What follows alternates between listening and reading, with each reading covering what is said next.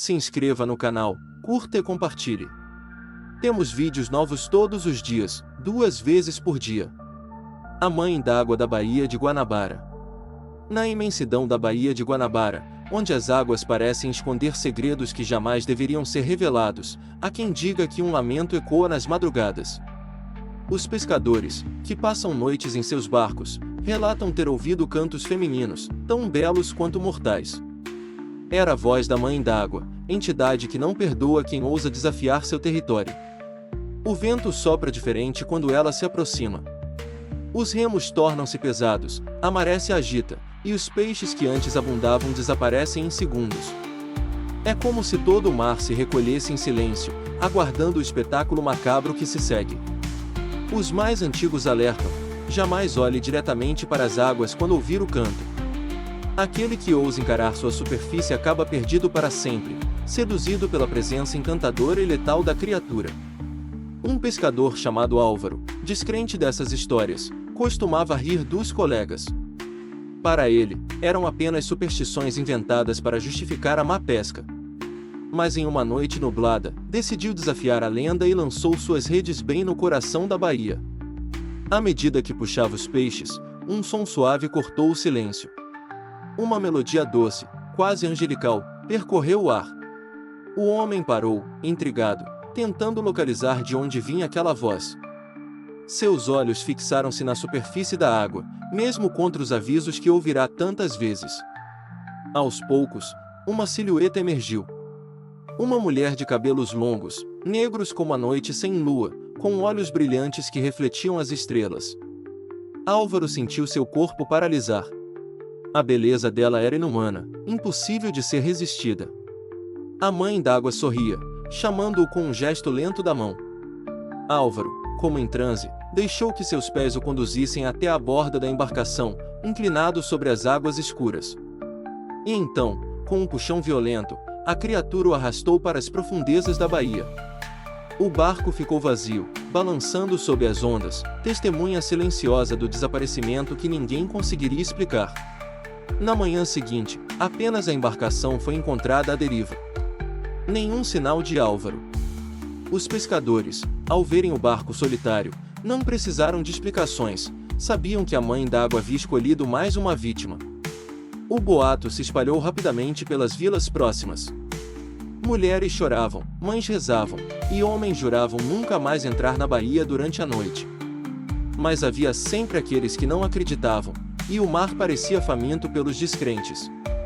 Dizem que, naquela noite, moradores ouviram risadas vindas das águas, seguidas por um choro arrastado. Um lamento que ecoava contra as pedras do Pão de Açúcar e reverberava até as margens. Muitos fecharam portas e janelas, aterrorizados pelo som.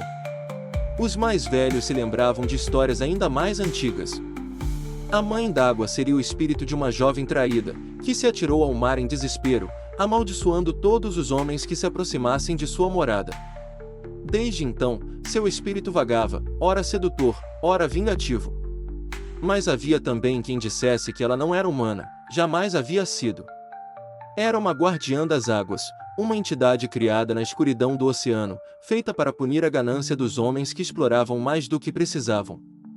A cada vítima, a baía parecia mais escura, como se sua essência fosse tingida pela presença dela.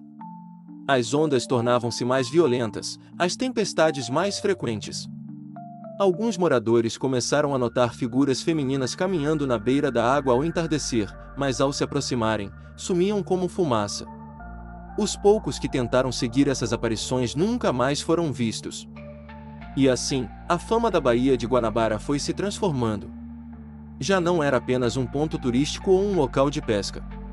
Era um território proibido, amaldiçoado, onde a linha entre a vida e a morte era tênue demais.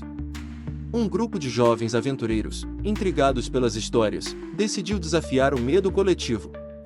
Armados com lanternas e câmeras, queriam registrar provas da existência da Mãe d'Água. Para eles, era apenas mais uma lenda urbana, perfeita para vídeos que renderiam milhares de visualizações. Eles partiram em um barco alugado pouco antes da meia-noite. O céu estava encoberto, e a lua escondida atrás de nuvens pesadas. Mesmo assim, riam e zombavam das advertências dos moradores.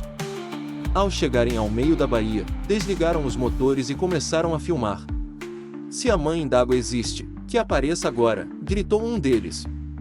O silêncio que se seguiu foi sufocante. Até o vento pareceu parar. De repente, o som suave de um canto se espalhou pelo ar. As vozes femininas eram múltiplas, harmoniosas e hipnóticas. Os jovens se entreolharam, nervosos, mas continuaram gravando. As águas começaram a se mover, formando redemoinhos que cercavam o barco. Um dos rapazes apontou a lanterna e, por um instante, todos viram rostos femininos emergindo das ondas, belos e aterradores, sorrindo de maneira perturbadora. O pânico se instaurou. Gritos cortaram a noite enquanto o barco balançava violentamente. As câmeras caíram no chão, registrando apenas fragmentos de movimentos frenéticos e rostos de puro horror. Na manhã seguinte, o barco foi encontrado encalhado em uma praia distante, completamente vazio. Apenas os equipamentos estavam lá, encharcados, mas ainda funcionando.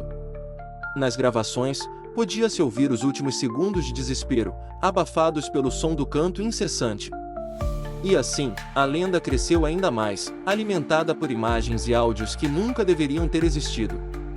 Os pescadores mais corajosos começaram a evitar não apenas a noite, mas qualquer dia em que a baía estivesse envolta em névoa. Diziam que a névoa era o manto da mãe d'água, cobrindo suas aparições e protegendo sua presença.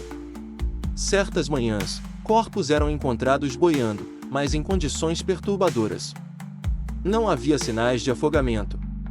Os rostos estavam congelados em expressões de êxtase e pavor, como se tivessem visto algo ao mesmo tempo belo e horrível demais para ser descrito. As autoridades tentavam dar explicações racionais, acidentes, imprudência, até mesmo crimes comuns. Mas no coração da população, ninguém acreditava nessas versões.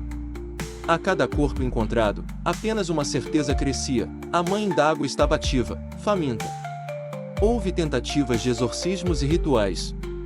Pajés, padres e mães de santo foram chamados para realizar cerimônias às margens da baía.